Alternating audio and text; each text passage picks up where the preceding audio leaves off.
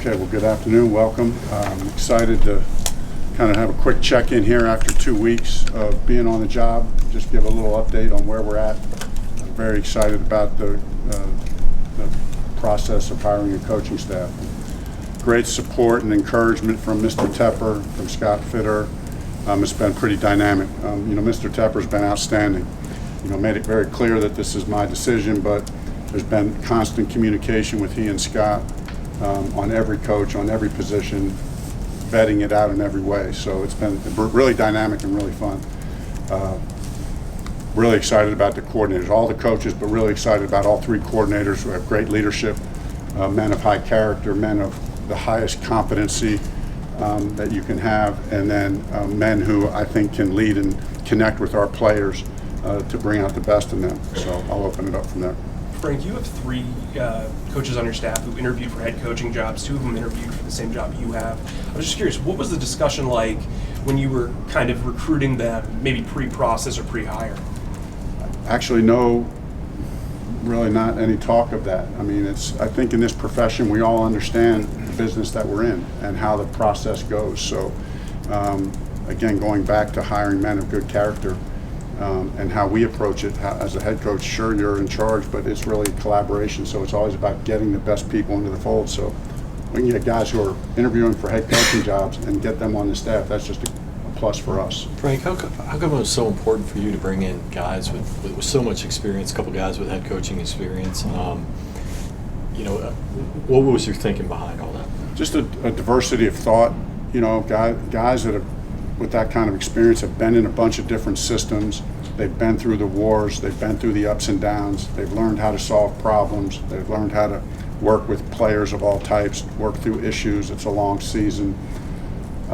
Guys who know how to collaborate together, work through issues as a staff, as a team. Strong conviction but no egos. I think experience brings that. And sometimes I think that's a little undervalued.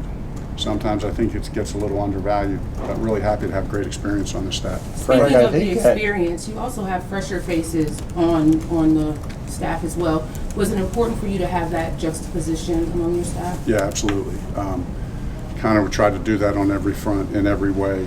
I think it's important. I think it builds the right chemistry. I think it helps us all grow. None of us have it figured out. We all have weaknesses. We all have strengths. So, if you get the right character in the room, and then you get that diversity of thought and approach, but with the mindset of working together, I just think we elevate each other. And because really at the end of the day, the whole point is about the players. So, and the player group is a diverse player group. So you get that on your coaching staff, it allows us to serve the players even better, help them in every way we can, set them up to win, because that's what it's all about. Frank, we've heard David Tepper say before that there's no salary cap on coaches.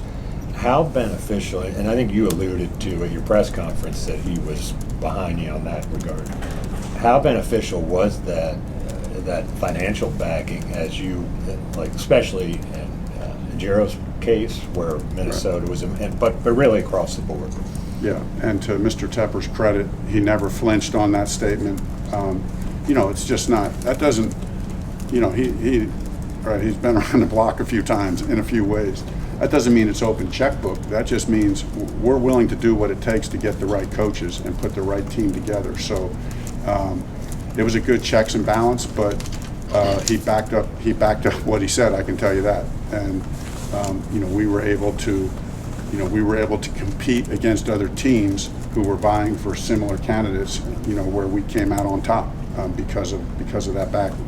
Frank, during your introduction, David Tepper said that one of the things that stood you out from the others was your detailed list of potential coaching candidates and how you went like 3, 4 deep or whatever. How close to that list did you come? It's pretty close. I mean, the interviews were all pretty close. There were a few new names. As when I got here, talking to guys in the building here, talking to Scott and some other guys in the building, have suggestions, talking to other coaches. So again, you have to shut it off somewhere because there's you get a lot of names.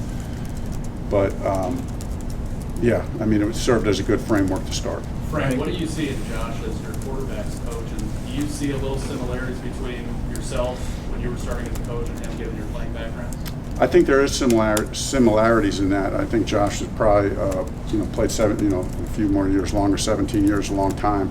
But what I like about with Josh is he was in not completely, but significantly different offenses than I was in.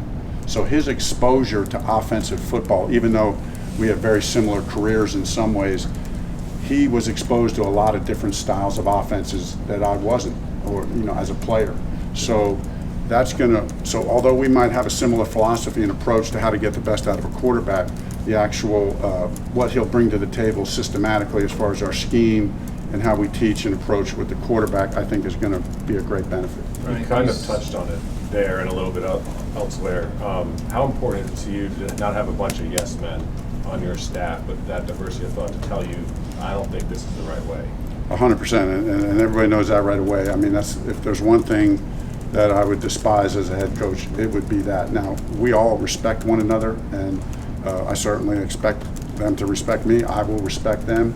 But when we get in that staff room, when we start talking about scheme or players, we want to hear conviction.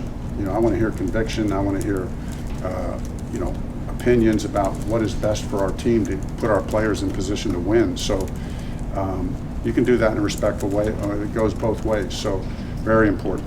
I wanted to ask you about Dom Capers and sort of that full circle moment you're having with him. But also you mentioned that at your first press conference, I think, that you were going to decide whether you were going to call plays after you hired the offensive coordinator. So are you going to call plays? So first, in respect to Dom, I mean, wow, this is pretty cool, right? And I think I mentioned at my first press conference, I'm not overly sentimental, but that is kind of special to me. But let me just say this, anybody who knows Dom Capers knows that this is not a sentimental hire. This is not a sentimental hire, not even close. This guy is still vibrant with football, passion and experience and knowledge. He and Ajero have an unbelievable relationship and trust, so that's just going to benefit our team. I went into the process of thinking about calling plays, not calling plays. There is going to be some point that I'm going to pass it off. I know that's going to be hard, and I've been laughing. I've laughed with Thomas about that already. I said, I'm going to pass it off at some point. I don't know when, but, and I think there will be a time and a place, and I think it'll become apparent when that is. But, I think the right thing for me to do for our team and for our offense right now is for me to continue to kind of use my experience there, but draw on. I'll lean heavy on Thomas. I can already tell. It's been a couple days. And I've already leaned on him hard on a couple things. I had a long meeting with him this morning, and I felt wisdom, conviction, strength. So that relationship is going to be really good. To follow up on that, when Thomas was interviewing, you guys haven't worked together before, but he is a former player. You've hired a lot of former players on offense. Why is it important to have those former player voices, and what stood out about Thomas in that interview? It has to be the right former player, and I did want a mix of some former players and guys who just have been lifetime coaches, because I think there's pros and cons to both. But hey, the players that we're looking for, I'm not looking for guys to kind of come in and tell their stories all the time. Hey, when I played, here's how we did it. I'm looking for guys who come in and talk about the players that we have. Let's talk about the players we have. Our careers are over, right? But I want to use your experience. We want to use your experience as a player to connect, have credibility. And, there are some things you learn as a player that I think it's hard to learn any other way. So I think that it goes back to the diversity question. We got that diversity in there as well. I think it's a good mix. Frank, in terms of, there's a lot of people saying that you have put together one of the best coaching staffs, maybe in the NFL right now. How much of this team success is related to the coaching staff, and how much is related to the players? It's funny you asked that question. I have a couple good friends in the coaching business, and we like to throw numbers on this, right? We like to throw numbers on this, and because we as coaches know this is a player's game. So I have typically always said that this game is 80 to 90% about the players.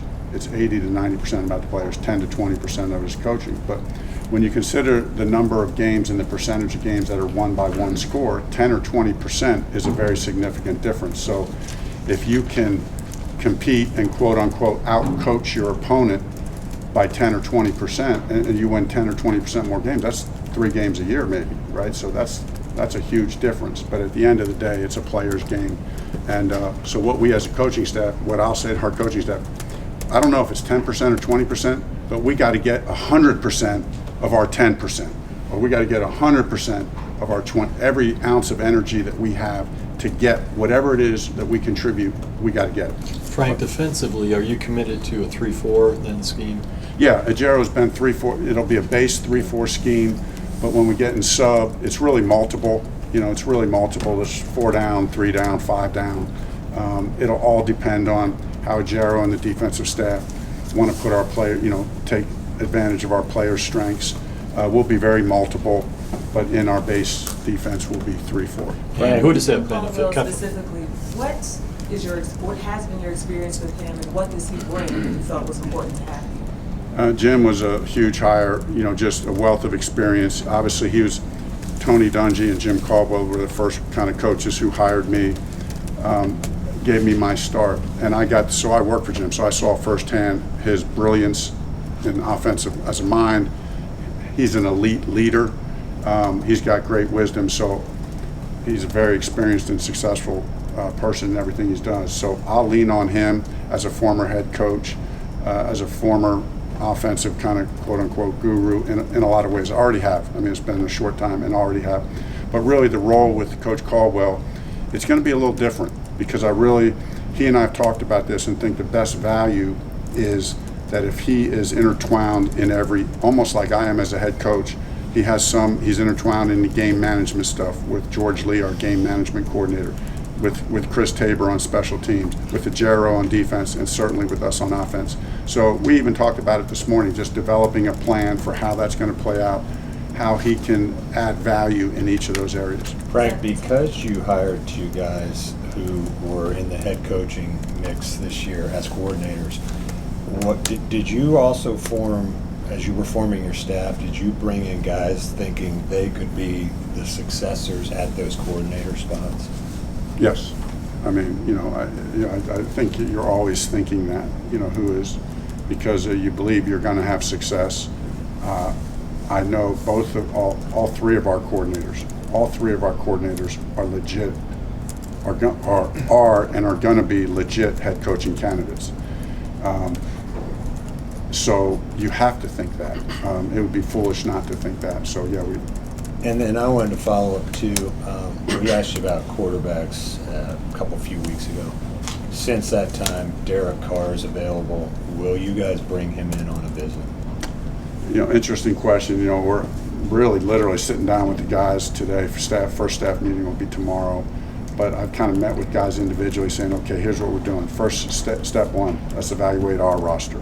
So we're really just starting that process. So step 2, evaluate the free agents. Everybody got their list, okay? Step 3, now, going to the college guys. So that process has literally begun. So really not ready to address the specifics of that because we're really just beginning. Can you just talk about the decision to keep James Campen, Chris Tabor, and Robert Kubler? Yeah, I mean, these guys are, Campen is proven to be one of the top O-line coaches.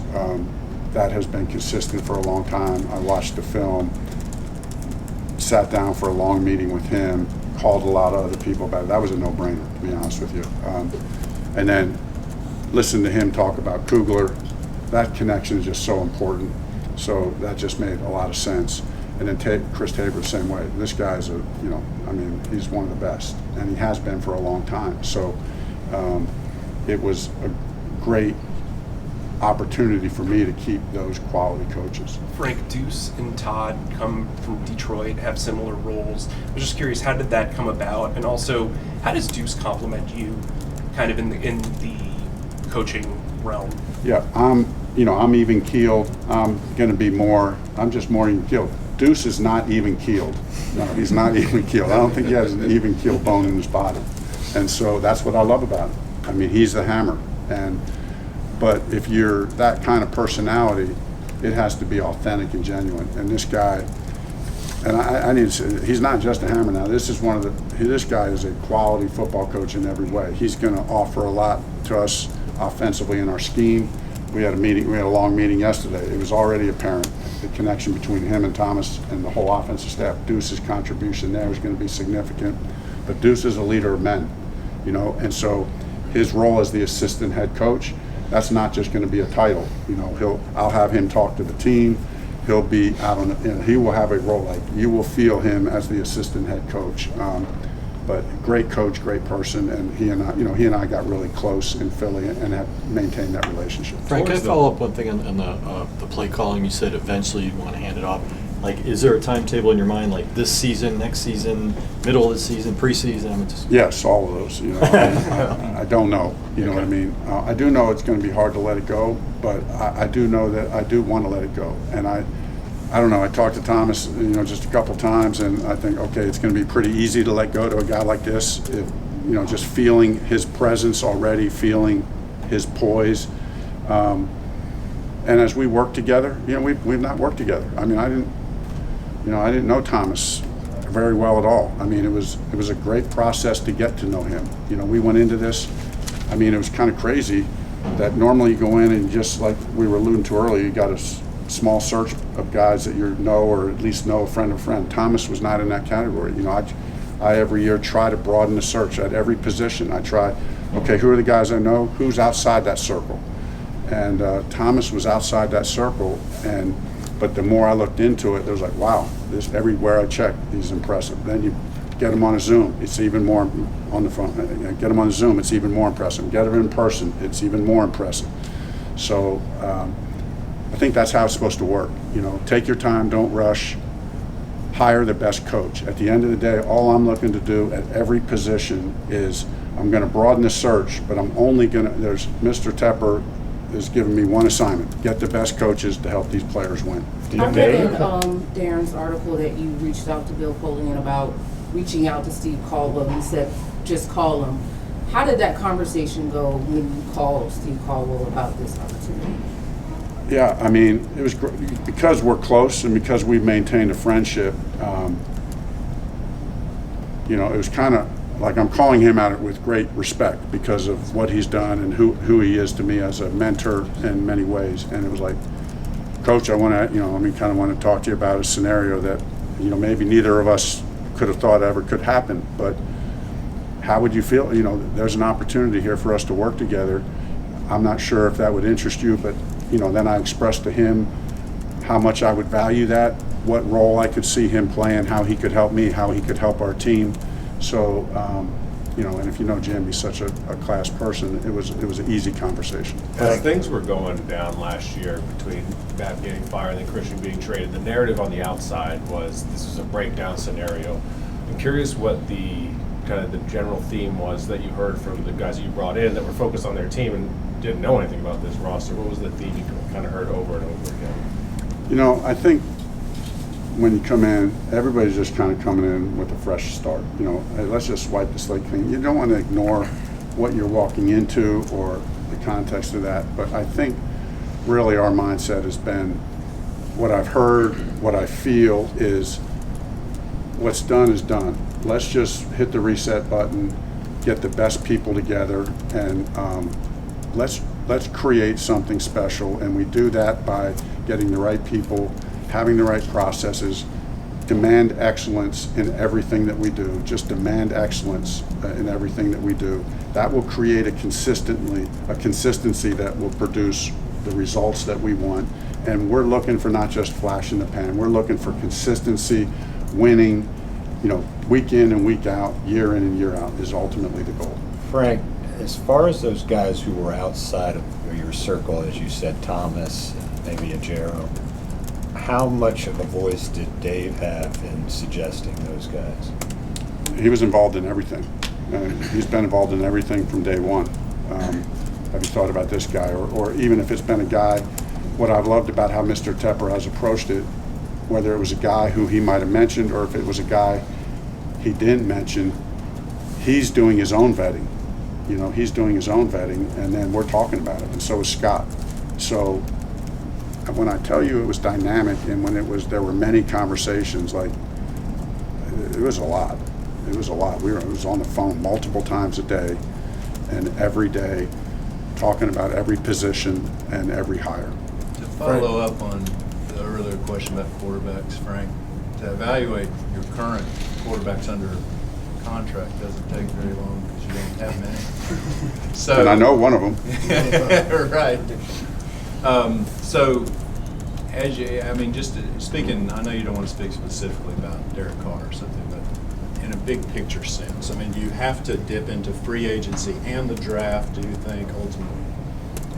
You know, I think we're going to sit down here. In fact, I talked with a couple of guys. In fact, last night, you know, Josh McCown came into my office late, and we were sitting in my office for 2 hours, you know, late, talking about quarterbacks, quarterback play. Just he and I, two you know, just talking ball, you know what I mean? Talking about our vision for the quarterback position, how, you know. So we're just at the beginning of that process, you know, and we're going to respect that process and don't want to jump to any conclusions. And, you know, because it's not going to be just Josh and I. I mean, obviously Scott, as he composes the roster and as he and I get together for the vision about how we're going to build the roster, you know, that's going to be multiple layers. So we just have to take our time in that process. Frank, in terms of, from a personal standpoint, because your familiarity with Charlotte and, you know, your family and everything else being here already, did it make the transition to being a head coach much easier and smoother than maybe going to Indianapolis for the first time when you weren't sure, when you weren't as familiar with Indianapolis as it was? Were you able to do things maybe quicker or faster because of your familiarity with Charlotte? Obviously, yeah, there were advantages because of the familiarity with Charlotte, but it was more about the experience as a head coach. You know, so having been a head coach for, you know, this would be going into my 6th year, and having done it in Indy and having started in Indy, it just, there's nothing easy about it. It's hard work, but like, it felt more natural. It felt more natural. It didn't feel as, it doesn't feel as overwhelming as the first time it did. You know, when you go in and you just got out of the Super Bowl and then you're going in and you're thrown into the fire. I just feel, you know, and it was kind of a blessing to have the last half of the year off, you know, so feel refreshed, feel energized, feel clear-minded, clear vision. It just seemed more natural, and easy's not the right word, but probably more natural. Frank, We'll do a couple more. We'll do Mike, and then we'll do Dave Shaw, and then we'll do Will. Frank, you mentioned having a game management coach. I think tight ends coach is the only position coach you guys haven't announced yet. Is there any update on that? Probably close to announcing that. You know, probably 24, 48 hours away from announcing that. So. You just shared the difference this time around, even in terms of coaching or finding your staff, I should say. What's an example of something you might have done differently this time around in searching for your staff, given your experience? Wow, that's a great question.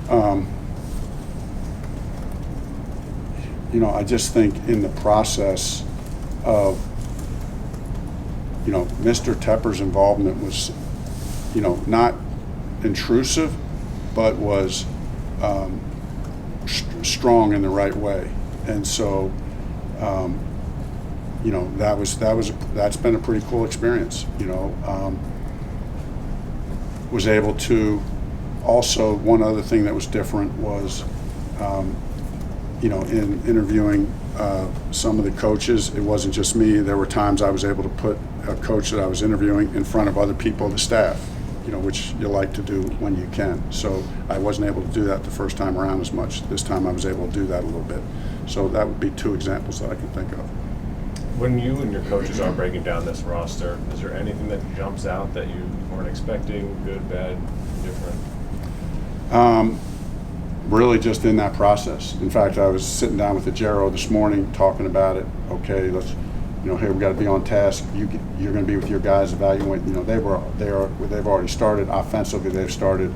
We'll get together later this week to start to write one-liners about each of the guys, see how the fit, see how we see the fit, see how, you know, and everybody will get excited, right? Because there's a lot to be excited about when you look at the roster, and so we're just getting these guys in the building, formalizing, kind of writing up those reviews as we look at the roster, and then, hey, where are the needs? You know, where are the needs? How are we going to build this? But really encouraged at the outset by what is already on the roster. Hey, Frank, I just want to follow one quick. The 3-4